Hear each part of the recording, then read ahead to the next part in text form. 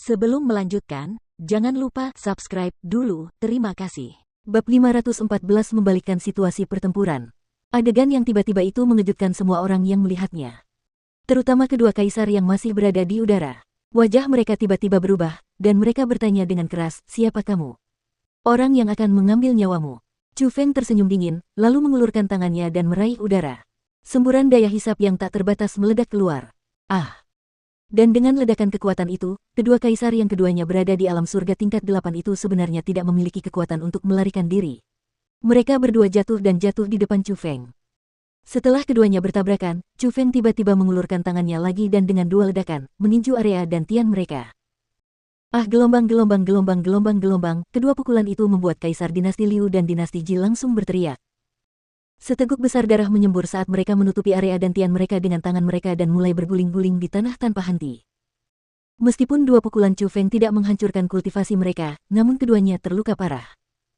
Setidaknya untuk sementara, mereka sama seperti dua orang yang tidak berguna, karena mereka kehilangan kekuatan tempur yang mereka miliki sebelumnya. Chu Feng, kau.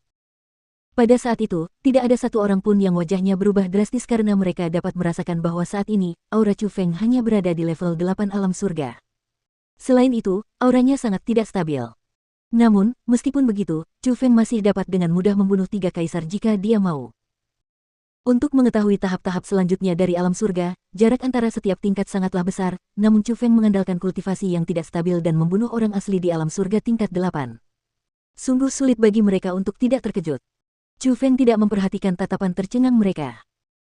Dia tiba-tiba mengulurkan kedua tangannya, membentuk dua cakar elang dengan tangannya, meraih kerah kedua kaisar, dan berkata kepada mereka, berteriak minta tolong. Apa?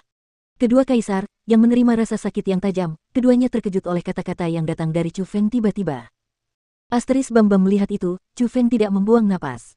Dia mengangkat lengannya dan menamparkan wajah mereka 2 kali.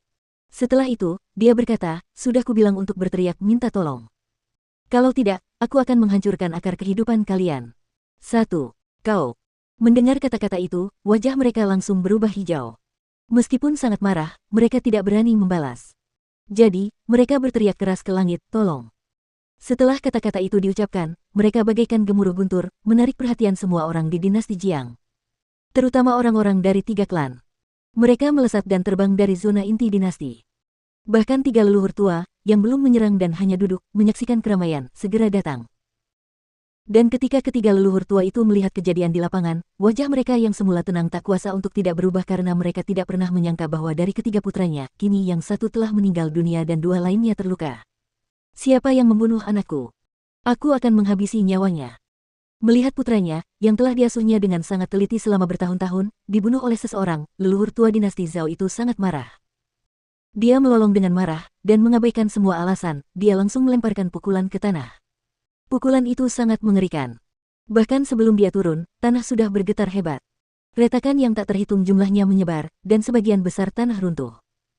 Belum lagi orang-orang di alam mendalam, bahkan orang-orang di alam surga pun tidak dapat menahan tekanan yang mengerikan itu. Pada saat itu, mereka terpaksa berbaring di tanah, dan mereka tidak dapat berdiri. Merusak. Namun, tepat pada saat itu, Chu Feng melancarkan pukulan. Dengan suara ledakan, dia benar-benar menghancurkan telapak tangan leluhur tua dinasti Zhao dengan kekuatannya sendiri. Senior Heng Yuan, jagalah mereka berdua. Chu Feng melemparkan kedua kaisar itu ke depan Jiang Heng Yuan. Tak lama kemudian, dia berteriak keras ke langit, putramu telah kubunuh. Jika kau bisa, datanglah. Saat dia berbicara, Chu Feng telah terbang ke udara dan bertarung melawan leluhur tua dinasti Zhao. Bocah ini benar-benar ingin mati.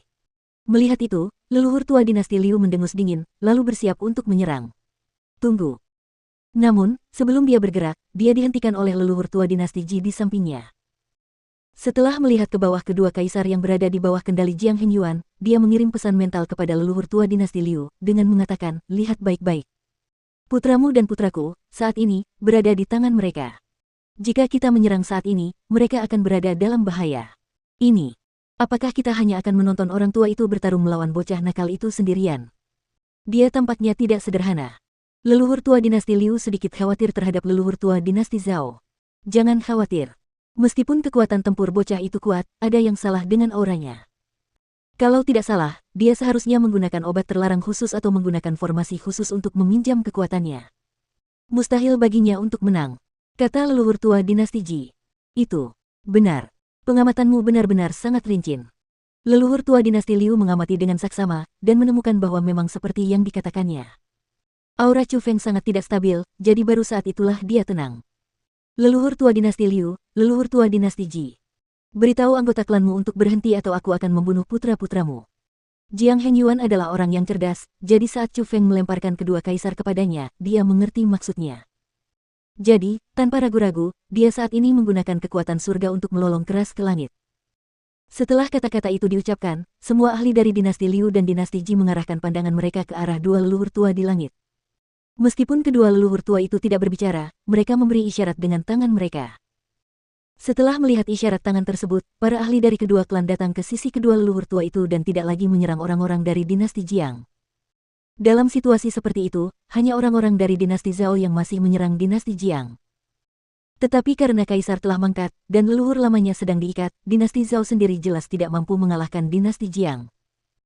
Dengan bantuan banyak binatang mengerikan dan banyak ahli persekutuan roh dunia, situasi dinasti Jiang dengan cepat berubah dari buruk menjadi baik, dan benar-benar mulai membantai orang-orang dari dinasti Zhao. Klan Liu, klan Ji, apa yang kalian lakukan?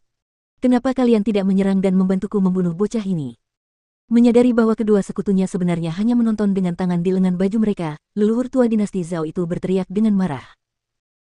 Lawanmu hanya bocah nakal, dan dia hanya memiliki kultivasi tingkat ke-8 dari alam surga. Jika kita bertiga bekerja sama untuk mengurus bocah nakal seperti dia, dan ini diketahui, kita tidak akan bisa menghindari menjadi bahan tertawaan di mulut orang lain. Lebih baik jika kamu mengurusnya sendiri. Leluhur tua dinasti Ji berkata sambil tersenyum. Ya, saudara Zhao, bocah itu hanya meminjam sedikit kekuatan khusus dan itu bukan kultivasinya yang sebenarnya. Aku yakin dengan kemampuanmu, seharusnya tidak sulit untuk mengalahkannya. Leluhur tua dinasti Liu juga tersenyum. Kalian berdua memang tidak bisa dipercaya. Melihat anggota klannya sendiri terbunuh secara terbalik saat ini, leluhur tua dinasti Zhao menggertakkan giginya karena marah. Haha, bajingan tua. Sekutumu tidak terlalu bisa diandalkan. Mereka sudah mengkhianatimu dengan begitu cepat. Saat Chu Feng bertarung melawan leluhur tua dinasti Zhao, dia mengirim pesan mental untuk mengejek. Mengacu pada area, Willis, mereka